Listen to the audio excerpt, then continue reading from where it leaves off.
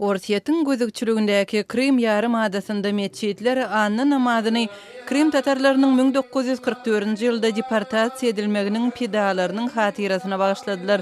Şöyle 18 martynda bu köpçülikliň deportasiýanyň 70-nji ýyl dönümi bellenipdi. 1944-nji ýylda Sowet diktatory Iosif Staliniň buyrugy bilen Krim tatarlarynyň Merkezi Aziýa göçürilmegi derarly 200 000-den gowrak adam açlykdan we keselçilikden wepat bolupdy. Krim tatarlary Gara deňiziň kenaryna 1980-nji ýyllarda gaýdyp başlady. Kazakstanda aktivistler Kosmos Agentliginiň Astanadaky edarasynyň öňünde protest geçirýärler.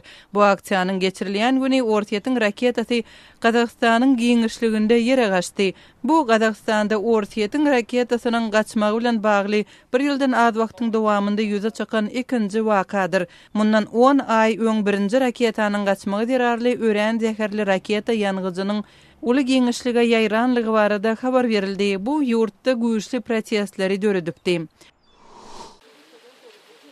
Balkan yarımadasında ençime gün bäri ýagýan güýçli ýagyş derarly Bosniýa-Hersegovinada suw joşup Tuzla şäherinde ýer süýşdi. Balkan yarımadasında soňky 120 ýylyň dowamında ýüze çykan bu güýçli ýagyşlar derarly Bosniýada adından bir adam helak boldy, Serbiýada 5 adam wepat boldy.